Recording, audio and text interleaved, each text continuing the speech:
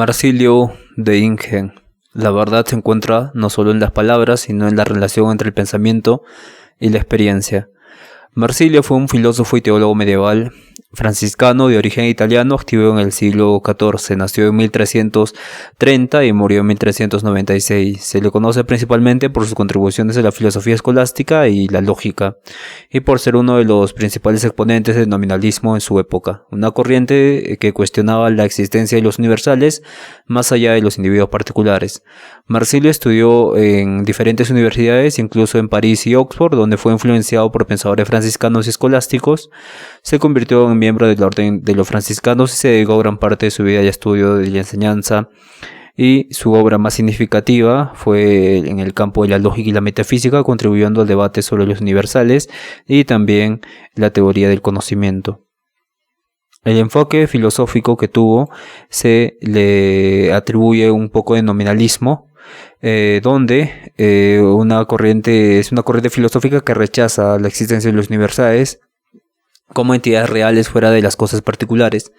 Según Marsilio, los conceptos universales como humanidad o belleza no tienen una existencia independiente de la realidad, sino que son simplemente nombres o etiquetas de los seres humanos y son utilizados para agrupar objetos con características comunes. En el campo de la lógica, Marsilio fue gran influyente, especialmente en la lógica en términos y la semiótica, y el estudio de los pronombres, de los nombres y conceptos se relacionan con las cosas reales en el mundo, y propuso que la razón humana debe operar a partir de términos y las distinciones claras que se derivan de las experiencias sensoriales y los datos empíricos. Como muchos otros pensadores medievales, Marsilio se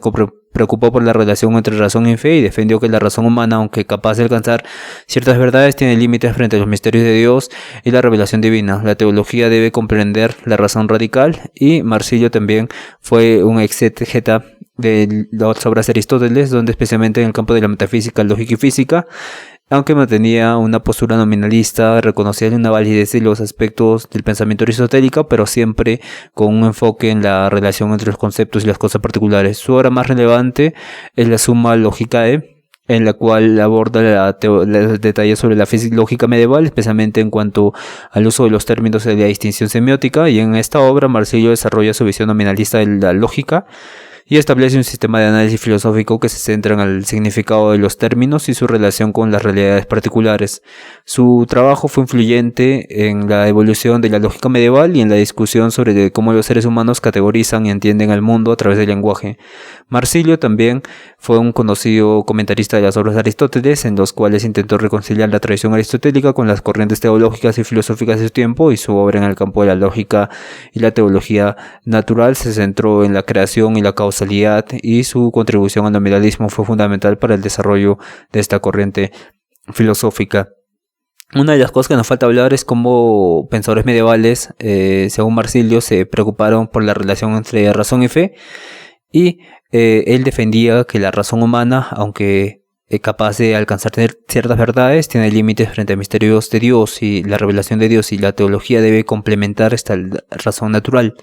En términos de ética, Marsilio sostuvo que la moral debía estar orientada hacia la voluntad divina, pero que la razón humana podía guiar a los individuos hacia una vida virtuosa, y al aplicar la lógica y la reflexión ética en las acciones cotidianas. Tiene relación con varios filósofos como Guillermo de Ockham, también es nominalista, y especialmente en lo que respecta a la existencia de los universales, que es el nominalismo. Entonces ambos pensadores defendieron que los conceptos universales no son simplemente por sí mismos, no son reales, sino que son simplemente nombres que los humanos utilizamos para agrupar y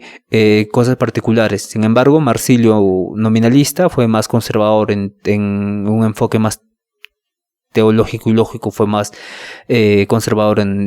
cuando hablaba de nominalismo, pero en términos lógicos. También tiene una similitud con Descartes, aunque separado de varios siglos. El enfoque de Marsilio en la lógica y la razón como herramientas fundamentales para entender la realidad tiene resonancias con el trabajo posterior de René Descartes, porque Descartes también enfatizó la razón y la duda metódica para alcanzar certezas, algo que tiene afinidad con la crítica de Marsilio, esas nociones vagas y ambigüedades en la lógica y en el lenguaje.